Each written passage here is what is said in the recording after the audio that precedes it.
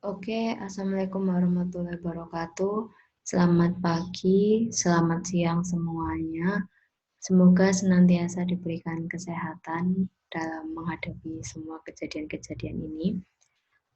Buat minggu ini, materi geografi perencanaan dan pengembangan wilayah terkait dengan pembangunan komunitas atau community development. Kenapa saya memasukkan materi ini dalam mata kuliah perencanaan pengembangan wilayah? Karena sekarang kita tahu sendiri banyak sekali program-program kegiatan yang dilakukan oleh pemerintah itu berusaha untuk melibatkan masyarakat dalam setiap prosesnya. Nah, untuk mengetahui lebih lanjut tentang pembangunan komunitas, maka perlu adanya pemahaman sejak dini, khususnya bagi mahasiswa, apa sih pembangunan komunitas, kenapa harus ada pembangunan komunitas, dan bagaimana tahapan-tahapan dalam pembangunan komunitas sendiri. Jadi, pembangunan komunitas itu merupakan kritik terhadap adanya pembangunan konvensional yang telah dilakukan oleh pemerintah selama ini. Kita tahu sendiri pada saat perencanaan pengembangan wilayah di masa lampau itu belum melibatkan adanya partisipasi dari masyarakat, sehingga yang terjadi adalah banyak sekali ketimpangan-ketimpangan atau kesenjangan-kesenjangan antara satu daerah dengan daerah yang lain, karena semua perencanaan bersifat sentralitas. Oleh karena itu, di sini masyarakat mulai berpikir, kenapa terjadi ketimpangan tersebut? Dan muncullah yang namanya pembangunan komunitas. Masyarakat merasa bahwa pembangunan konvensional itu cakupannya sangat terbatas, tidak selalu dibutuhkan oleh masyarakat sendiri karena perencanaannya itu merupakan sentralitas, sehingga pemerintah pusat belum tentu mengetahui apa yang memang dibutuhkan oleh masyarakat di tingkat lokal. Yang kedua, tidak selalu bermanfaat bagi komunitas. Seperti yang tadi saya jelaskan, karena perencanaannya bersifat sentralitas, maka masyarakat tidak mengetahui, pemerintah tidak mengetahui program-program yang sebenarnya bermanfaat bagi masyarakat sendiri. Yang ketiga, ketidakmampuannya untuk menggerakkan kegiatan-kegiatan lokal yang berkelanjutan. Pada saat pembangunan konvensional, seringkali kegiatan-kegiatan lokal masyarakat itu mudah sekali untuk mengalami pemberhentian atau akhirnya stop. UKM-UKM itu sulit bertahan ketika berada di tengah krisis. Nah, di sini masyarakat mulai berpikir, jika seperti ini terus, maka masyarakat tidak akan bisa mampu merubah kondisi perekonomiannya, karena masyarakat pasti akan berkaitan dengan kegiatan lokal atau UKM, usaha kecil menengah masyarakat. Yang keempat, ketidakmampuannya untuk menyesuaikan dengan situasi lokal.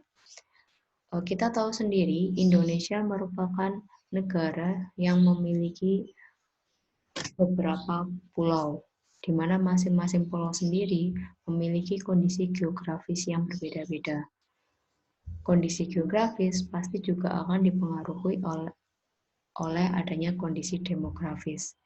Jadi di sini, ketika perencanaannya bersifat sentralitas, pemerintah akan sulit untuk menentukan program-program kerja yang benar-benar sesuai dengan kondisi lokal, karena memang pemerintah pusat pasti akan sulit untuk mencari tahu bagaimana kondisi geografis maupun demografis di setiap wilayah yang ada di Indonesia. Dan yang terakhir, menumbuhkan kultur ketergantungan.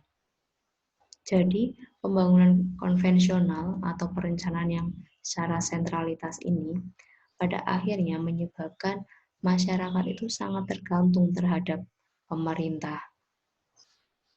Ketika pemerintah mengalami defisit anggaran, maka secara otomatis masyarakat pun pasti akan kelabakan sulit untuk memenuhi kebutuhan perekonomiannya. Tapi ketika pemerintah mungkin mengalami defisit anggaran, di mana masyarakat di sini memiliki usaha yang berkelanjutan, usaha yang baik, maka masyarakat akan lebih mudah untuk bertahan. Oleh karena itu, adanya pembangunan konvensional ini, beberapa kritik ini akhirnya mendorong masyarakat untuk ikut terlibat dalam setiap perencanaan yang dilakukan oleh pemerintah sendiri.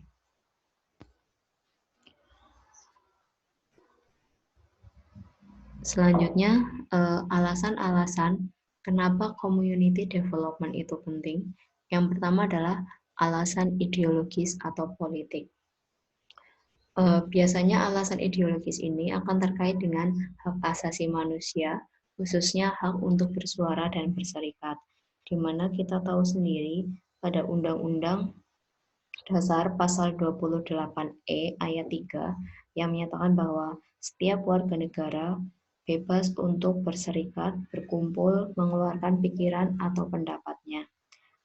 Undang-undang ini, Pasal 28E ayat 3 juga didorong dengan Pasal 28F, di mana setiap orang berhak untuk berkomunikasi dan memperoleh informasi untuk mengembangkan pribadi dan lingkungan sosialnya, serta berhak untuk mencari, memperoleh, memiliki, menyimpan, mengolah, dan menyampaikan informasi yang dimilikinya dengan berbagai media yang ada. Nah, adanya undang-undang ini pada akhirnya mendorong masyarakat untuk, ternyata masyarakat itu memiliki peran nih dalam perencanaan yang dilakukan oleh pemerintah. Hal tersebut juga didorong dengan adanya pasal 27 ayat 1 yang menyatakan bahwa semua warga negara bersamaan kedudukannya di dalam hukum dan pemerintah dan wajib menjunjung hukum dan pemerintahan itu dengan tidak ada kecualinya.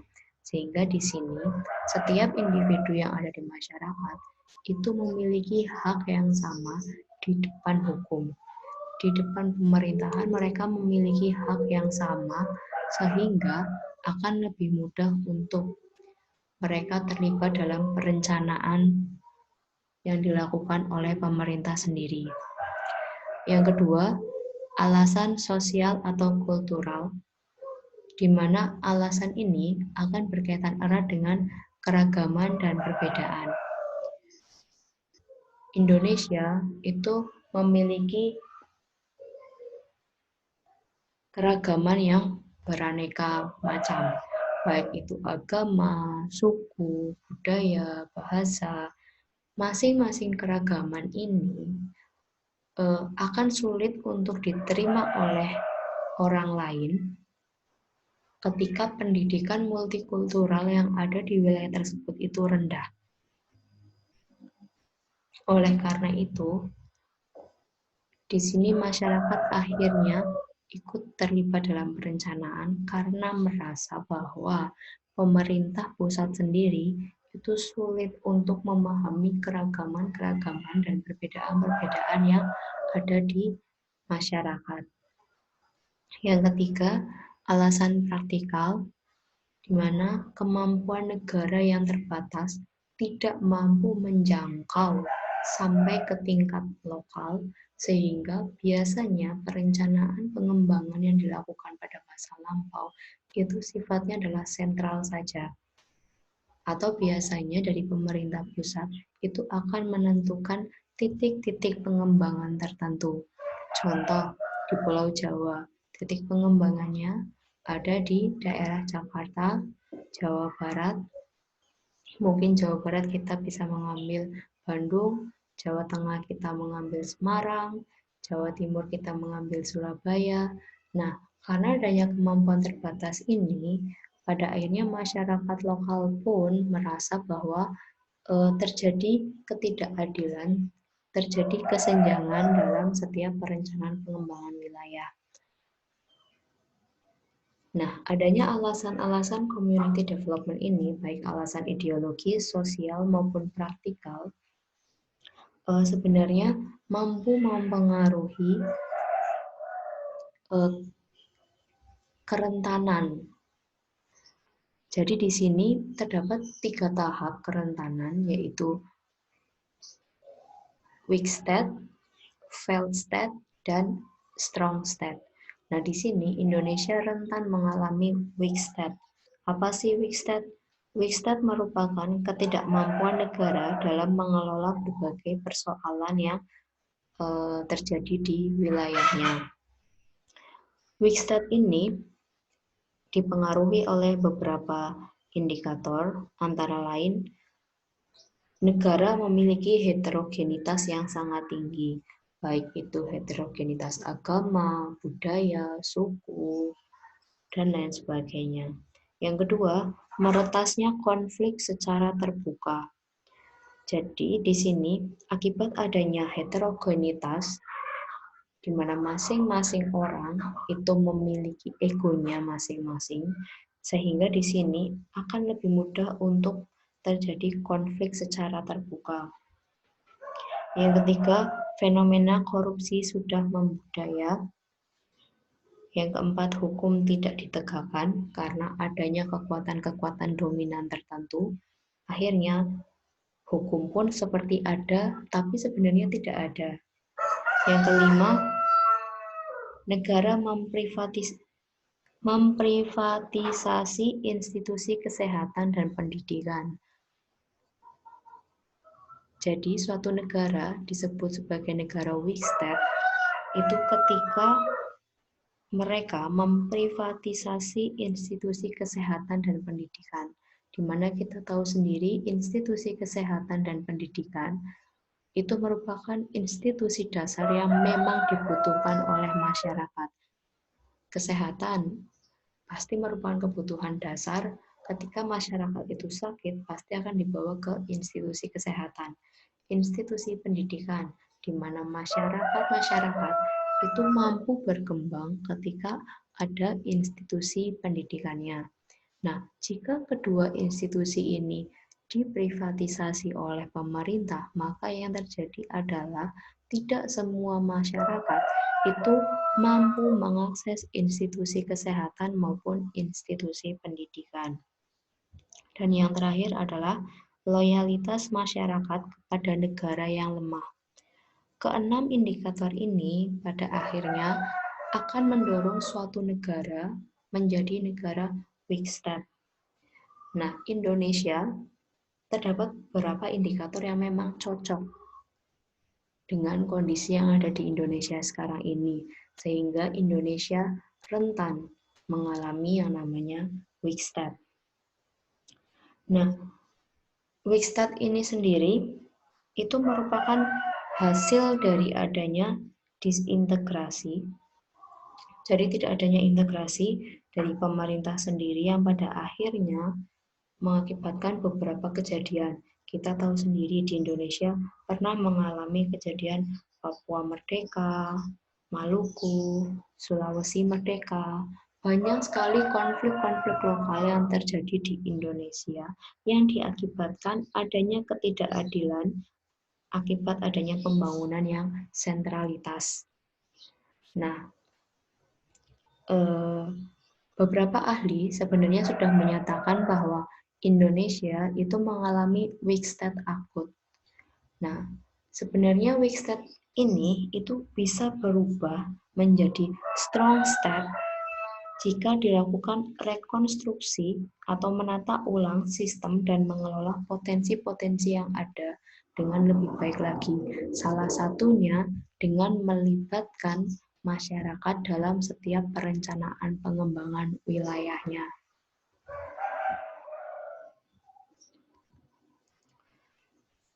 Lalu kenapa harus community development atau pembangunan komunitas? Yang pertama, inisiatif komunitas merupakan awal utama pembangunan. Adanya inisiatif dari seorang individu di tingkat lokal merupakan awal utama pembangunan karena mereka mengetahui secara pasti apa yang memang dibutuhkan bagi keberlangsungan hidup mereka. Contoh, di sini masyarakat desa merasa bahwa di desanya tidak ada akses jalan yang baik. Nah, setelah itu masyarakat desa berinisiatif untuk membangun akses jalan yang lebih baik lagi. Mereka tahu bahwa jalan itu mampu mempengaruhi perekonomian di desa tersebut. Sehingga di sini inisiatif komunitas merupakan awal utama dalam proses pembangunan karena masyarakat lokal lah yang paling mengetahui apa yang memang dibutuhkannya. Yang kedua, keterlibatan komunitas adalah inti proses pembangunan. Karena masyarakat merupakan subjek maupun objek dalam suatu proses pembangunan sendiri. Masyarakat yang nantinya akan menerima hasil dari adanya proses pembangunan, namun masyarakat juga yang menjadi sumber untuk pengembangan atau proses pembangunan sendiri. Sehingga ketika masyarakat memang ikut terlibat dalam setiap perencanaan yang ada, maka hasil atau output yang akan didapatkan oleh masyarakat pun itu akan lebih mudah untuk dipahami oleh masyarakat. Masyarakat akan lebih memiliki sense of belonging karena mereka ikut terlibat dalam prosesnya sendiri. Yang ketiga, komunitas mempunyai sumber daya yang belum optimal dimanfaatkan.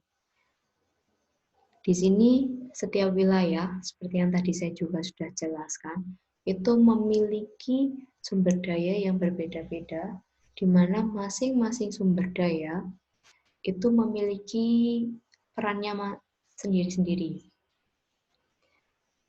Mungkin wilayah A itu memiliki sumber daya pertanian yang sangat bagus. Wilayah B memiliki sumber daya tambang yang sangat bagus. Ketika perencanaannya bersifat sentralitas, pemerintah akan sulit untuk menjangkau sampai tingkat lokal terkait sumber daya ini.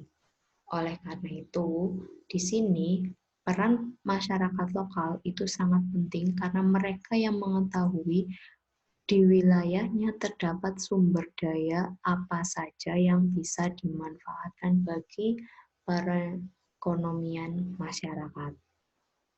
Yang keempat, kesejahteraan komunitas adalah tujuan akhir pembangunan. Karena jika masyarakat tidak sejahtera, maka kita bisa asumsikan bahwa pembangunan yang dilakukan itu belum seimbang.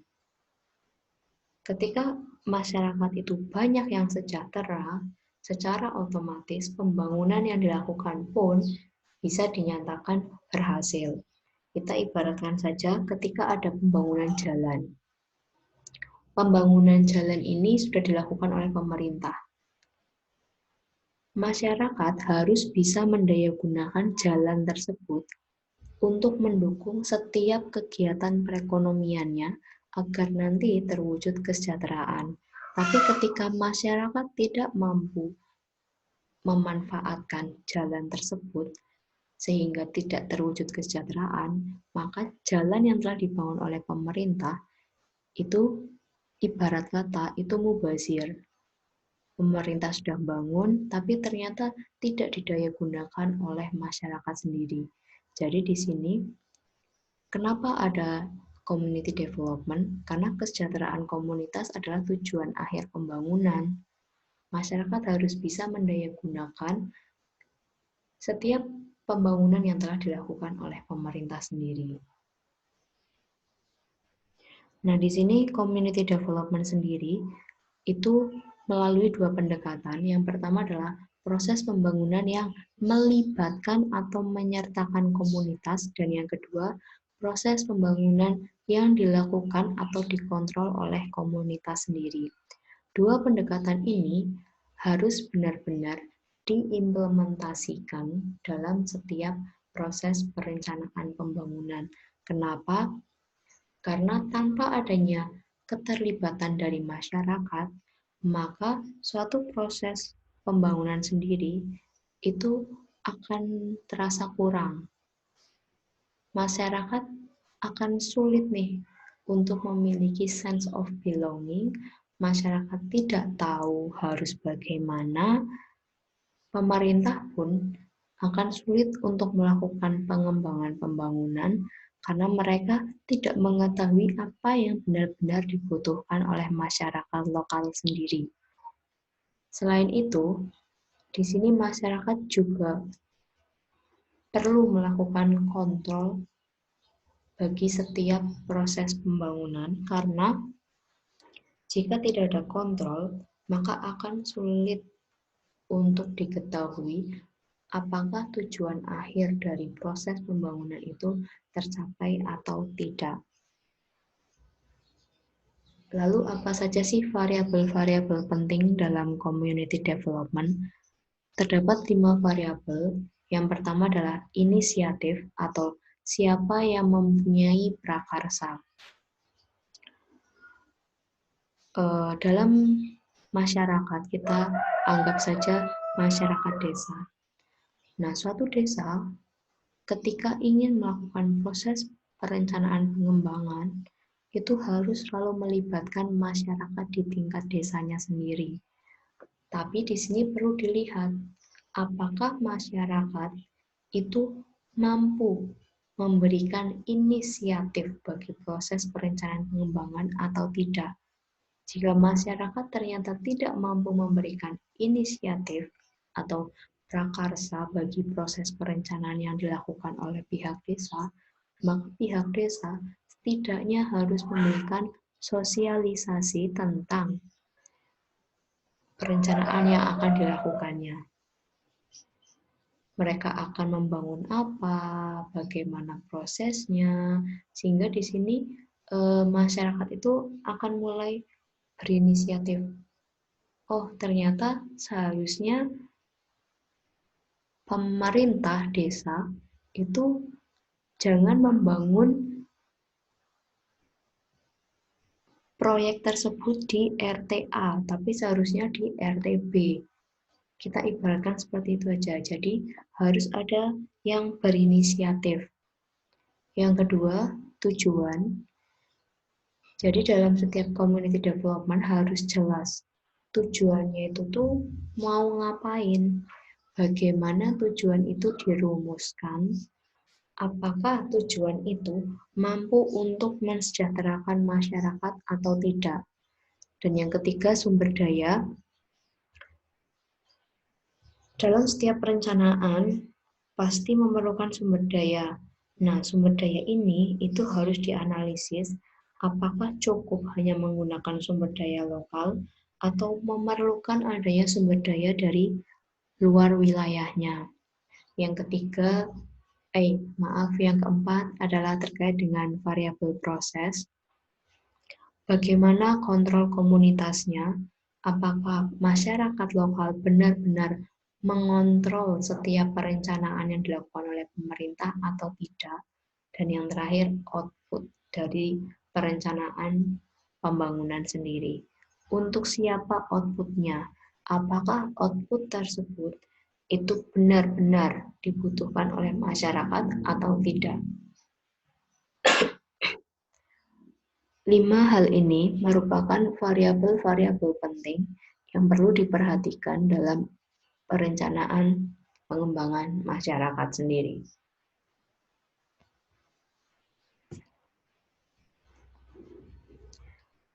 Dalam community development atau pembangunan komunitas akan berkaitan erat dengan partisipasi masyarakat.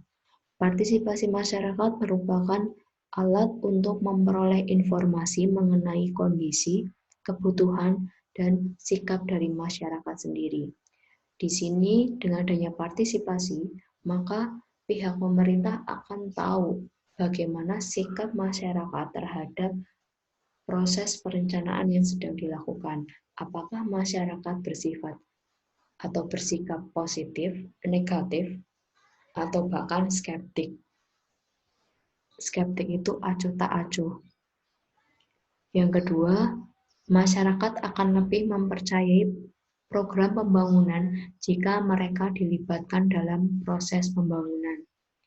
Di sini sudah banyak sekali ahli-ahli, bahkan artikel-artikel yang menyatakan bahwa adanya keterlibatan masyarakat dalam setiap proses pembangunan, maka akan mendorong rasa kepemilikan dalam diri masyarakat, di mana rasa kepemilikan ini pada akhirnya akan mendorong masyarakat untuk lebih memperhatikan proses yang ada, untuk lebih memperhatikan kondisi dari program pembangunan tersebut.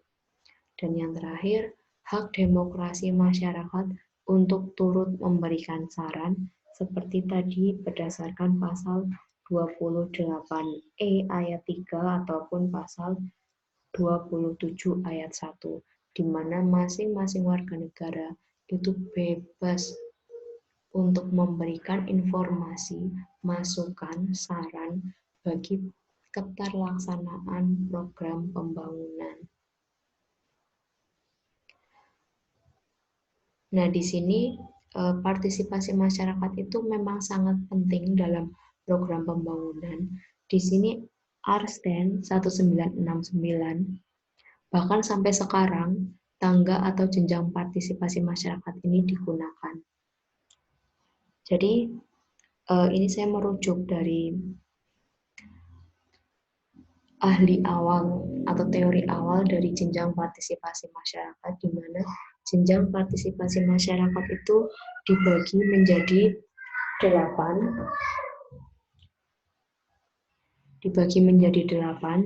Yang pertama adalah manipulasi, di mana pemerintah mendidik atau memilih hanya sebagian dari masyarakat untuk menampung aspirasi, namun masyarakat tidak mengetahui hal tersebut. Masyarakat tidak tahu ternyata pemerintah sedang melakukan atau menampung aspirasi mereka. Jadi di sini mungkin saja pemerintah itu bisa memanipulasi data atau memanipulasi hasil aspirasi masyarakat karena memang masyarakat tidak mengetahui akan hal tersebut. Yang kedua, terapi. Terapi akan berkaitan erat dengan pemerintah sudah menyampaikan visi misi dan program kerja terhadap wakil masyarakat dan masyarakat hanya mendengarkan saja tanpa ada feedback ataupun tanpa adanya feedback ataupun keterlibatan dari masyarakat sendiri. Jadi di sini pemerintah hanya menyampaikan program-program kerjanya saja, semua disampaikan, udah masyarakat diem.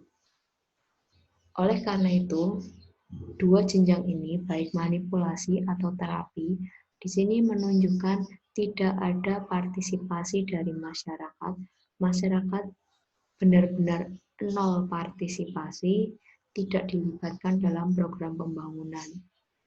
Jenjang yang ketiga adalah jenjang informing, yaitu pemerintah telah menyampaikan visi misi dan program kerjanya, namun masyarakat hanya bisa menerima informasi dan tidak terjadi umpan balik. Jadi di sini pihak pemerintah sendiri itu sudah menyampaikan visi misi maupun program kerja secara luas, tidak hanya melalui wakil rakyat saja, tapi semua masyarakat dikasih tahu apa visi misi, apa saja program kerja yang akan dilakukan pemerintah. Namun masyarakat itu diam, tidak terjadi umpan balik. Nah, perbedaan jenjang terapi dan jenjang informing adalah pada jenjang terapi, penyampaian visi misi dan program kerja itu hanya dilakukan pada wakil masyarakat saja. Sedangkan pada tahap atau jenjang informing itu pemerintah telah menyampaikan visi misi dan program kerja secara luas kepada masyarakat umum. Jadi di sini dibedakan dua jenjang ini. Yang keempat, jenjang konsultasi. Terjadi dialog dari kedua pihak, baik masyarakat maupun pemerintah, tentang berbagai persoalan, saran, kritik, semua hal ditampung. Namun, keputusan akhir itu ada di tangan pemerintah. Jadi pada saat tahap konsultasi ini, pemerintah sudah diajak untuk berdiskusi dengan pihak pemerintah, masyarakat sudah diberikan ruang untuk menyampaikan aspirasinya, bahkan masyarakat juga sudah memberikan saran dan kritikan, namun keputusan akhir itu tetap di tangan pemerintah. Yang kelima, placation atau mendiamkan. Pemerintah mendengarkan dan menerima berbagai kritik dan saran yang disampaikan masyarakat, namun pemerintah tetap menjalankan rencana semula. Sama halnya dengan konsultasi di mana masyarakat sudah dilibatkan dalam tahap diskusi dengan pemerintah, pemerintah pun sudah menerima berbagai kritik dan saran, namun di sini pemerintah pada akhirnya tetap menjalankan perencanaan seperti semula atau perencanaan awal. Tiga tahap ini, baik informing, consultation, maupun placation, tergolong pada tahap tokenisme, di mana tokenisme merupakan tahap perlakuan negatif dan diskriminatif. Jadi di sini masyarakat sudah ikut dilibatkan dalam proses diskusi, masyarakat sudah memberikan saran dan kritikannya, namun ternyata proses diskusi tersebut tidak dijadikan sebagai dasar dalam proses perencanaan sendiri. Pemerintah tetap saja melaksanakan perencanaan seperti semula. Itu adalah tahap tokenisme. Lalu yang keenam, ada jenjang partnership, di mana pemerintah telah memberlakukan masyarakat sebagai partner kerja. Mereka akan bersama-sama dalam menyusun dan melaksanakan program kerjanya. Di sini sudah ada partisipasi masyarakat, masyarakat juga sudah menyadari tentang pentingnya program kerja tersebut sehingga mau untuk ikut terlibat dalam pelaksanaan program kerjanya. Yang ketujuh, delegate power. Pemerintah telah mendelegasikan kewenangannya kepada masyarakat. Masyarakat diberi kewenangan untuk mengambil keputusan. Jadi di sini tahapnya sudah lebih tinggi dibandingkan dengan partnership, karena partnership itu masyarakat hanya sebagai partner kerja saja. Tapi pada tahap delegate power ini, pemerintah benar-benar telah mendelegasikan kewenangannya, bahkan masyarakat telah diberi wewenang untuk mengambil keputusan. Masyarakat dikumpulkan ramai-ramai, bagaimana masukan, bagaimana kritikan, lalu mereka mengambil keputusan secara bersama. Keputusan itulah yang dijadikan sebagai dasar dalam proses perencanaan. Itu jenjang delegate power. Dan yang terakhir adalah jenjang citizen control, di mana kontrol masyarakat sangat kuat, bahkan masyarakat mampu mengevaluasi kinerja pemerintah. Selain masyarakat diberikan wewenang untuk mengambil keputusan, masyarakat juga diberikan wewenang untuk mengevaluasi kinerja pemerintah. Itu adalah jenjang citizen controlship. Ketiga jenjang ini dari partnership, delegate power, dan citizen control masuk pada tahap kekuasaan masyarakat atau kita sebut saja sebagai community development. Jadi, banyak para ahli menyatakan ketika proses pembangunan itu ingin benar-benar tercapai tujuannya, benar-benar hasilnya itu bagus, maka perlu ada jenjang citizen control. Tidak hanya di tahap partnership saja, tapi harus masuk pada tahap citizen control, di mana masyarakat itu mampu untuk mengevaluasi kebijakan-kebijakan, mampu untuk mengevaluasi program kerja, dan mampu mengevaluasi setiap hal yang telah dilakukan oleh pemerintah sendiri. Ini merupakan jenjang partisipasi masyarakat. Lalu apa saja karakteristik dari community development? Yang pertama adalah small scale, basic needs, dan self-reliance. Community development itu lingkupnya kecil, berdasarkan pada kebutuhan yang memang benar-benar dibutuhkan oleh masyarakat itu apa, dan juga kemandirian.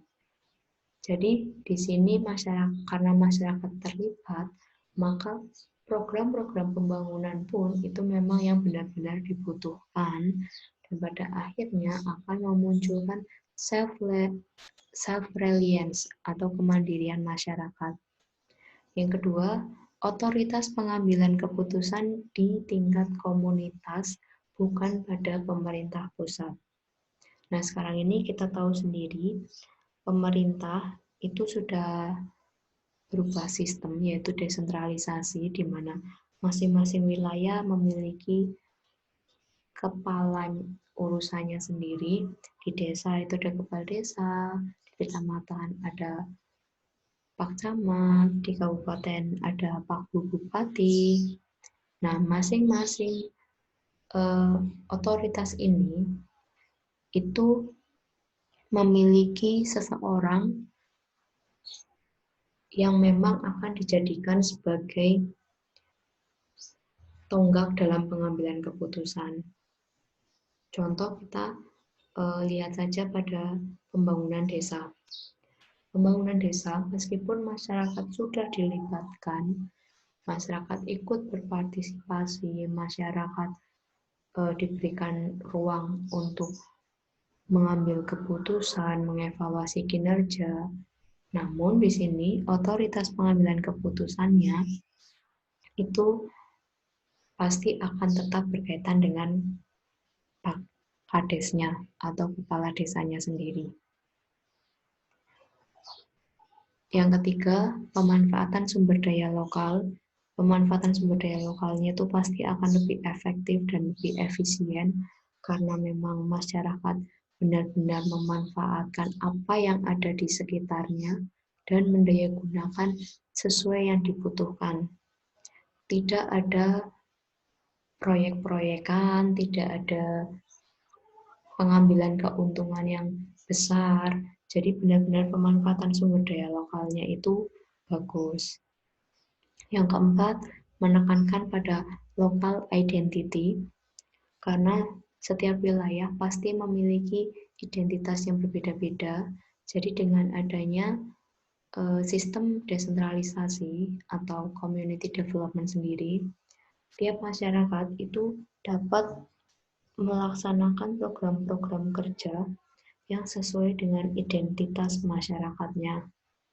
Yang kelima, menekankan pada human capital atau modal masyarakat, modal sosial, bukan pada modal keuangan. Yang penting dalam setiap community development adalah masyarakat itu mampu untuk berubah, masyarakat mampu untuk lebih berkembang, bukan pada ada tidaknya modal keuangan. Ketika masyarakat mau untuk berubah, masyarakat mau untuk diajak bekerja sama, maka aspek keuangan itu pasti akan ada solusinya.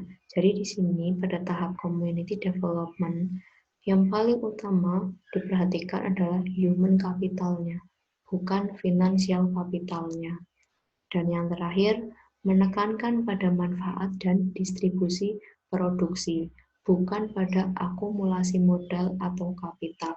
Bagaimana pada akhirnya produksi tersebut itu mampu untuk memenuhi semua kebutuhan masyarakat yang ada di wilayah tersebut, bagaimana proses distribusi yang baik, bukan hanya melihat pada akumulasi modal.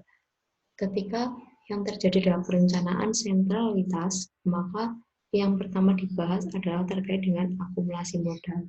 Tapi ketika sistemnya adalah community development, yang dibahas yang paling utama adalah human capital dan distribusi produksi bagi seluruh masyarakat, bukan akumulasi modal atau finansial kapitalnya.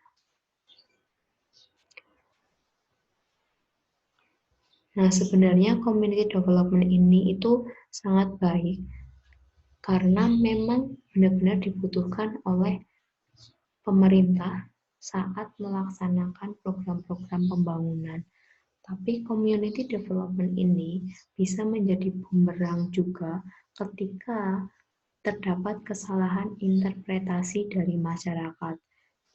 Kesalahan interpretasi ini biasanya terkait dengan keyakinan bahwa pemerintah adalah sumber utama persoalan atau kesalahan, sehingga masyarakat bekerja melawan atau bahkan meninggalkan pemerintah. Nah, di sini perlu diperhatikan karena meskipun community development, jangan selalu beranggapan bahwa pemerintah itu merupakan sumber persoalan atau kesalahan.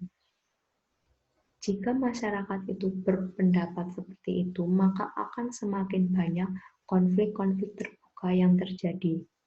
Kita lihat sendiri, di Indonesia itu banyak sekali konflik-konflik terbuka, baik itu di Poso, di Papua, Maluku, Sulawesi, itu banyak konflik. Akibatnya apa? Akibatnya karena mereka beranggapan bahwa pemerintah itu sumber persoalan, yang pada akhirnya menyebabkan kesenjangan pembangunan antara satu wilayah dengan wilayah yang lain. Dan akhirnya masyarakat di sana itu melawan pemerintah, bahkan meninggalkan pemerintah. Yang kedua, terlalu percaya bahwa komunitas itu selalu solid. Jadi di sini masyarakat lokal itu selalu berpendapat bahwa komunitas itu pasti selalu solid, tidak akan mengalami keretakan, tidak akan terjadi gonjang-ganjing. Padahal kita tahu sendiri, masyarakat di tingkat lokal pun itu memiliki heterogenitas baik dari pemikiran atau sikap masyarakatnya. Nah, perbedaan pemikiran ini pasti akan merujuk pada perbedaan sikap yang nantinya akan menyebabkan ketidaksolidan dalam masyarakat. Jadi, jangan terlalu bersikukuh bahwa masyarakat itu pasti solid, komunitas lokal itu pasti solid. Dalam suatu keluarga saja, kita ibaratkan dalam suatu keluarga, pasti akan terjadi yang namanya ketidakrukunan antara kakak adik atau mungkin antara anak sama ibu. Kenapa? Karena di sini terdapat perbedaan pemikiran yang pada akhirnya menyebabkan ketidaksolidan. Yang ketiga, keyakinan bahwa local resources saja cukup. Meskipun dalam setiap program pembangunan itu local resources memang diperlukan, tapi jangan berasumsi bahwa dengan local resources saja cukup. Suatu wilayah perlu menggunakan sumber daya yang ada di wilayah lain untuk mendorong setiap aktivitas kehidupannya. Ambil contoh saja wilayah A, local resources terkait pertaniannya itu bagus, tapi mereka juga pasti akan membutuhkan sumber daya air, sumber daya tambang dari wilayah-wilayah yang lainnya. Oleh karena itu, local resources saja tidak akan cukup. Yang keempat, keyakinan bahwa total otonomi oleh komunitas itu selalu baik. Otonomi total yang dilakukan oleh komunitas itu pasti selalu baik.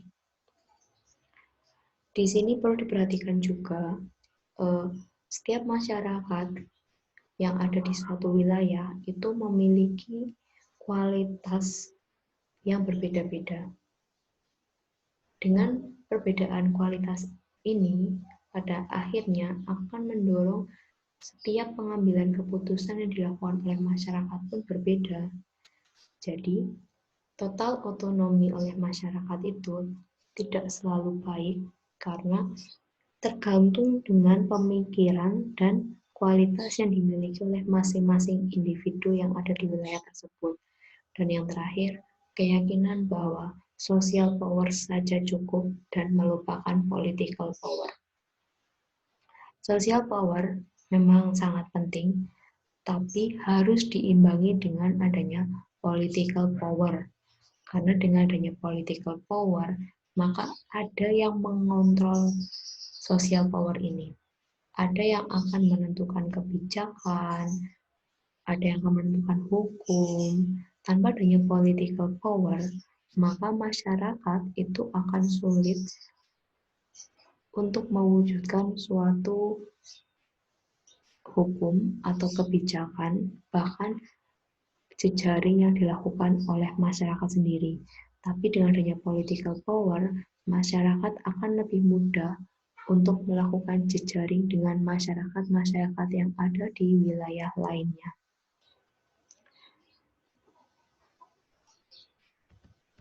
Itu materi kita pada minggu ini terkait dengan pembangunan komunitas. Kenapa saya memberikan materi ini? Karena memang sekarang ini pembangunan itu banyak difokuskan pada masyarakat. Bahkan sekarang setiap desa juga memiliki anggaran dana desa yang sangat besar. Ketika anggaran dana desa ini tidak dimanfaatkan dengan sebaik mungkin, maka akan terjadi ketidakseimbangan atau kesenjangan yang semakin besar. Sehingga kalian sebagai generasi penerus itu harus mengetahui apa sih pembangunan komunitas dan bagaimana tahapan-tahapan dalam pembangunan komunitas. Selanjutnya, untuk presensi kita minggu ini seperti minggu lalu, silakan kalian foto selfie di mana foto tersebut itu menunjukkan kalian sedang melihat atau mendengarkan video saya ini, dan upload foto selfie saudara di kolom diskusi yang nanti akan saya buka. Paling lambat adalah tanggal 9 Mei 2020 pukul 10 pagi. Lebih dari itu, maka saya anggap tidak masuk mata kuliah saya di minggu ini. Jika ada yang perlu ditanyakan, silakan diskusikan di kolom diskusi. Nanti akan saya berikan feedback. Oke, itu saja untuk materi kita pada minggu ini. Semoga dapat dipahami oleh semuanya. Tetap sehat, jaga kondisi, dan jangan lupa untuk tetap aktif dalam setiap perkuliahan yang ada. Oke, saya cukupkan sampai di sini. Wabillahi taufiq wal hidayah. Wassalamualaikum warahmatullahi wabarakatuh.